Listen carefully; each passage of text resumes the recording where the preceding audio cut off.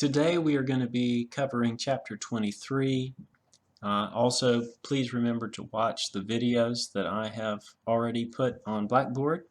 I've also got a review guide for your exam that will happen next week.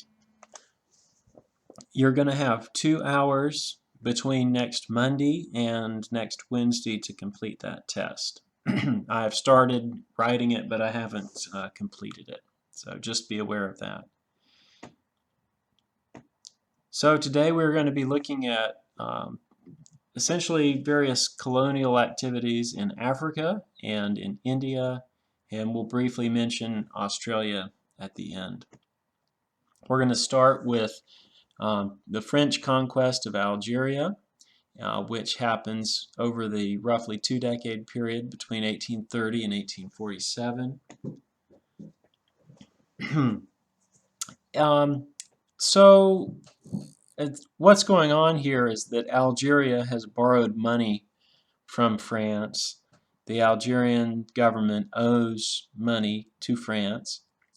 And there is this incident where De Hussein is supposed to have slapped the French consul with a fan or with a fly whisk, insulting him. And so as a result of this, France imposes a naval blockade on the city of Algiers. This is a time when the French monarchy has fallen into a lack of, fallen into low, I guess, public favor. Public opinion is not very high of the way the French government is being run during this time. Remember, this is a reactionary government from the view of the scions, the offspring of the French Revolution. Here is a picture of the fan affair as it may or may not have taken place. So in 1830, the Bourbon dynasty topples, and around the same time, the French decide they're going to go ahead and occupy Algiers and place it directly under French rule. That part of the conquest happens fairly quickly, about 3 weeks, and over the next 4 years, the French annex large chunks of Algeria. During this time, a lot of European settlers from places in southern Europe come and actually settle in Algeria in northern Africa. Remember, just while I'm thinking about it, remember that northern Africa is a lot different than southern Africa. It does have a lot of interaction with Europe. It's just a whole different culture. Libya, Egypt, Morocco, Algeria, very different culture from southern Africa. The French government redistributes land to people that it wants to have the land. It takes really a number of years before the whole process is completed, but by the end of it, Algerians end up as subjects of France. And this is something that is still causing the French problems to this day, because they have not entirely assimilated the Algerians into their population. Many Algerians have been settled in various parts of France, and the failure of the French to assimilate them has created some pretty significant social problems over there.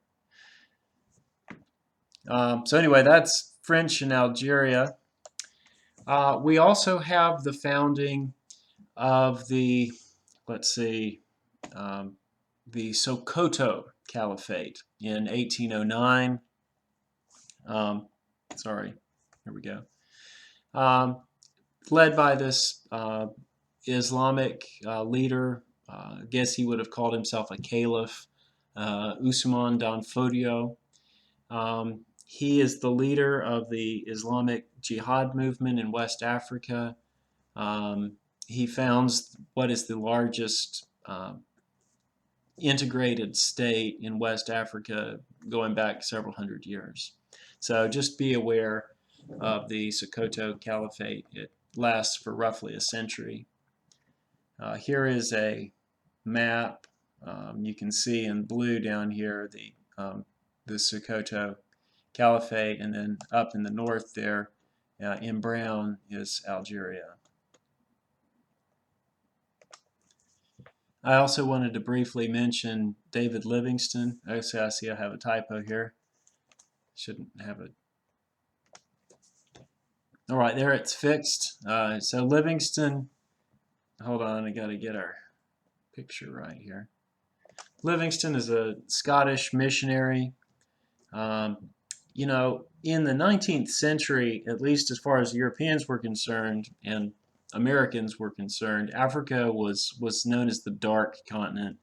And that's not because it was literally dark, but because not a whole lot was known about the interior of Africa. And Livingstone is one of the explorers that sort of opened up the interior of Africa to the west.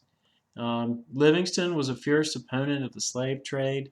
During the middle of the 19th century, slavery was still being practiced and slaves were still being captured. On the map that we just considered, so on this map you can see these the little pink arrows showing the regions where slaves were being exported. So Livingstone is an interesting fellow. One of the things he set out to do was discover the source of the Nile. He gets badly injured when a lion attacks him, mangles his shoulder, and he's never quite able to use the shoulder again. But he's a pretty important figure. He was generally well liked by the Africans that he came into contact with. So then we also have the British involvement in Africa. Later in the century, they're going to get involved in northern Africa. They're going to take over Egypt so that they've got easy access to the Suez Canal. But early in the century, early in the 1900s, excuse me, the 1800s, we've got British activity in the west and the south of Africa. So one of the important things to keep in mind here is that after 1807, slavery, the slave trade rather, not slavery itself, but the slave trade becomes illegal as far as the British government is concerned. And what this means is that the British are actively patrolling the Atlantic Ocean to make sure that that slaves are not being transported. Let's see here. So, and in 1808, the British begin to use Sierra Leone, which is already, people are already there, British and others. But in 1808, it becomes a base for their anti-slavery operations. A lot. So what happens is these ships will go and capture slave ships, and the slaves that they rescue from those ships will be returned to Africa, and many of them are settled in the town of Freetown. So just keep that in mind too. There are these little pockets of communities being developed in West Africa there. In South Africa, things are a little bit different, and the British influence is a little less benevolent. And so, so the history of British involvement in South Africa goes back earlier than 1815, but for our purposes, just be aware that after the Napoleonic Wars, or at the end of the Napoleonic Wars in 1815, Britain annexes the Cape Colony, which is occupied at this point by the Boers.